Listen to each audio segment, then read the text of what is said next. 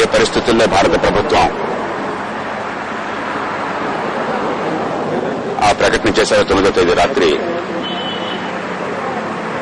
వారు చెప్పారు.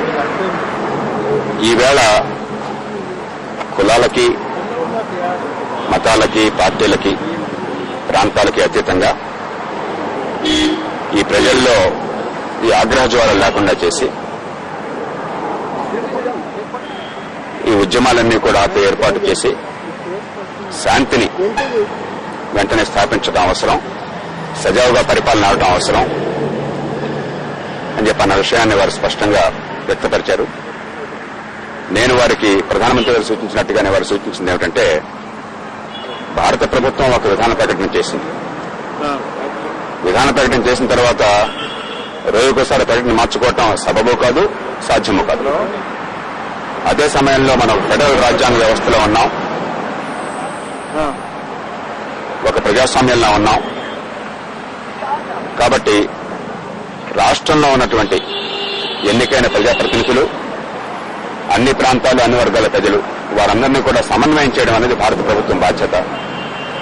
ఆ బాధ్యతను స్వీకరించి రాజకీయ పార్టీలు రాష్ట్రంలో గందరగోళంలో ఉన్న వేళ ఆంధ్రప్రదేశ్లో మరి నిజానికి ఈ పార్టీల నుంచి ఎప్పుడైతే మేమంతా కూడా సుముఖంగా ఉన్నాం, వెంటనే రాష్ట్రం ఏర్పాటుకి మీరు తీర్మానం పెట్టండి సరిపోతుంది, పెట్టేస్తే మేమంతా మీకు మద్దతు ఇస్తామని చెప్పని ఎప్పుడైతే అక్కడి నుంచి బలంగా సంకేతం మళ్లీ మళ్లీ వచ్చిందో, ప్రజలంతా దీన్ని కోరుకుంటున్నారు కావాలన్న భావనతో ఇక్కడ నిర్ణయం తీసుకుంటూ కనిపిస్తున్నది. కాబట్టి ఇప్పుడు అక్కడ అందరినీ కూడా సమన్వయం చేసి, అందరి ప్రయోజనాల్ని సమన్వయం చేసి, ఎవరికి ఏ రకమైన అన్యాయం ఉండదు, అందరికీ నిష్పక్షపాతంగా అందరికీ న్యాయం జరుగుతున్న విశ్వాసాన్ని కలగజేసేట్టుగా చేయడం భారత ప్రభుత్వం బాధ్యత. దాంతోపాటు ఒక సమగ్రమైన పరిష్కారం, అందరికీ ఆమోదమైన పరిష్కారం, అది వచ్చినప్పుడు దాన్ని ఒక రాజ్యాంగ ప్రక్రియగా తర్వాత నడపడం సాధ్యమవుతుంది. ఈలోగా అన్ని ప్రాంతాల ఆకాంక్షల్ని, అవసరాన్ని దృష్టిలో ఉంచుకుని పటిష్టమైన చర్యలు తీసుకోవడం అవసరం అని చెప్పని వారు వివరించడం జరిగింది. వారు తప్పనిసరిగా ఆలోచిస్తానని చెప్పన్నారు. మరి భారత ప్రభుత్వంతో వారు సంప్రదిస్తానని చెప్పని సంప్రదించి మరి ఇప్పుడున్న పరిస్థితుల్లో ఈ ముళ్లకంప మీద పట్టబడింది, దాన్ని చాలా జాగ్రత్తగా, ఉడుపుగా, ఎవరికీ అసౌకర్యం లేకుండా, ఎవరికీ అన్యాయం జరగకుండా, ఎవరి మనోభావాలు దెబ్బతినకుండా అందరికీ న్యాయం జరిగేట్టుగా పరిష్కరించడం అవసరం. ఆ పని చేయడానికి ఉపకరించాలని చెప్పని వారు అభిప్రాయపడ్డారు. అంటే ఎందుకు తీసుకోవాల్సి వచ్చింది ఆ నిర్ణయం అన్నారు? ఆ రాత్రి ఏం జరిగిందన్నారు? ఎందుకు తీసుకోవాల్సి వచ్చిందన్నారు? నేను నిన్న చెప్పాను, ప్రధానమంత్రి గారు ఏం చెప్పారని చెప్పన్నది.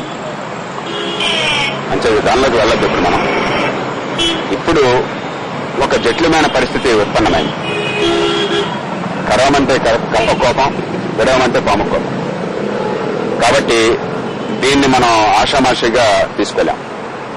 కాబట్టి భారత ప్రభుత్వం చేసిన విధాన ప్రకటనకి కట్టుబడుతూనే ఫెడరల్ రాజ్యాంగం కాబట్టి రాష్ట్రంలో అన్ని వర్గాలు, అన్ని ప్రాంతాల అభిప్రాయాలను పరిగణనలో తీసుకుని అందరికీ ఆమోదయోగ్యమైన పరిష్కారాన్ని అన్వేషించడం అవసరం. ఈలోగా కొన్ని స్పష్టమైన, బలమైన, మధ్యంతరమైన చర్యలు చేపట్టాలి. ఈ మాటను ఎవరు చెప్పడం జరిగింది. వారు కూడా మన ఊరికి ఆషామాషిగా చేస్తే లాభం లేదు. గతంలో చాలాసార్లు ఎన్నో మాటలు చెప్పి ఆ పనులు నెరవేరకపోయేసరికి ప్రజల్లో అపనమ్మకం బాగా పెరిగిపోయింది. అపనమ్మకం లేని రీతిలో చాలా పటిష్టంగా, చాలా బలంగా ఈ మధ్యంతరంగా చేపట్టే చర్యలు ఉండాలి. దీర్ఘకాలిక పరిష్కారం అనేది అక్కడ రాష్ట్రంలో అన్ని వర్గాలు, అన్ని ప్రాంతాల సమన్వయంతో, వారి ఆమోదంతో పరిష్కారం రావాలి అని చెప్పని స్పష్టంగా అభిప్రాయపడ్డారు. ఇక ఏం చేస్తారని చెప్పన్నది వారు భారత ప్రభుత్వం గుర్తు చేసే చర్చను బట్టి ఉంటుంది. నేను ఇక్కడ ఢిల్లీలో ప్రతిపక్ష నాయకుడు ఎల్కే అద్వానీ గారిని కూడా కలవబోతున్నాను. అలాగే ప్రభుత్వంలో కీలకమైనటువంటి మరికొందరు నాయకులు, ఈ అంశం మీద బాగా పట్టున్నవారు, దీంతో సంబంధం ఉన్న వారితో కూడా కలవబోతున్నాను. వారు కూడా సూచించారు వారిలో కొందరిని కలవమని చెప్పని, ప్రభుత్వంలో వాళ్ళని కలవమని చెప్పని. కాబట్టి ఖచ్చితంగా భారత ప్రభుత్వం ఈ దేశ ప్రయోజనాలని, మన రాష్ట్రంలో అన్ని ప్రాంతాల ప్రయోజనాలను దృష్టిలో ఉంచుకుని ఈవేళ రెచ్చగొట్టే ధోరణిలో కాకుండా, ఎవరికి అన్యాయం జరగకుండా అందరికీ న్యాయం చేయడం కోసం ఒడుపుగా ఈ సమస్యని పరిష్కరిస్తున్న విశ్వాసం నాకున్నది. మేడం ఏం సూచించారు? మేడం ఏమైనా సూచించారా ప్రత్యేకించి? వారు సూత్రప్రాయంగా ఏ రకంగా చేయాలని చెప్పిన విషయం చర్చకు వచ్చినప్పుడు అవును మనం ఎవరి మనోభావాలు దెబ్బతినకుండా ప్రజల్లో ఏకాభిప్రాయాన్ని సాధించాలి, ఆమోదయోగ్యమైన పరిష్కారాన్ని సాధించాలని చెప్పిన అభిప్రాయాన్ని వ్యక్తపరిచారు. ఇక ఏ పరిష్కారం నిర్దిష్టంగా అని చెప్పినది కొన్ని సూచనలు నేను చెప్పాను వారికి, ప్రధానమంత్రి గారికి చెప్పినట్లుగా.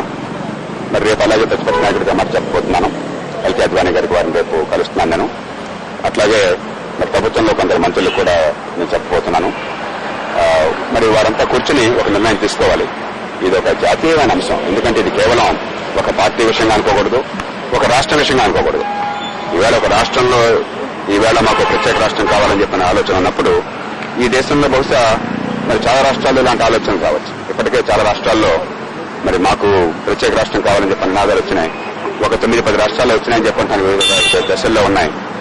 నాకు తెలిసినంత వరకు మరి జాతీయ స్థాయిలో కేంద్ర ప్రభుత్వానికి 9 వినతులు వచ్చినాయి ఈ వారం రోజుల్లో అని చెప్పి నేను విన్నాను. ఎంతవరకు వస్తామో నాకు పూర్తిగా తెలియదు. కాబట్టి దాన్ని దృష్టిలో ఉంచుకుని ఈవేళ మరి దేశంలో దీని ప్రభావం ఏముంటుందో కూడా ఆలోచించి సమగ్ర నిర్ణయం తీసుకోవాల్సిన అవసరం ఉంటుంది. ఖచ్చితంగా భారత ప్రభుత్వం ఆచితూచి సంయమనంతో అన్ని వర్గాల ప్రజలను కాపాడుతూ వ్యవహరిస్తున్న విశ్వాసం ఈ నాకు. గందరగోళం, ఈ సంక్షోభం ఎప్పట్లో సమస్య పరిష్కారం వేస్తారు? అంటే ఇప్పుడు దీనిలో 3 దశలు ఉన్నాయి. మొట్టమొదటి దశ ఏమో వెంటనే శాంతి భద్రతల్ని పునరుద్ధరించడం, ఈ భయాందోళనల్ని తొలగించడం, మరి ప్రశాంత జీవనం సాఫీగా మరి మన ప్రయాణాలు కానీ, వ్యాపారాలు కానీ, వృత్తులు కానీ, ఉద్యోగాలు కానీ, ప్రభుత్వ నిర్వహణ కానీ, కేబినెట్ పనిచేయడం కానీ, శాసనసభ పనిచేయడం కానీ, ఈ రాజీనామాల ఉపసంహరణ కానీ ఇవన్నీ జరగడం, ఇది మొట్టమొదటి దశ.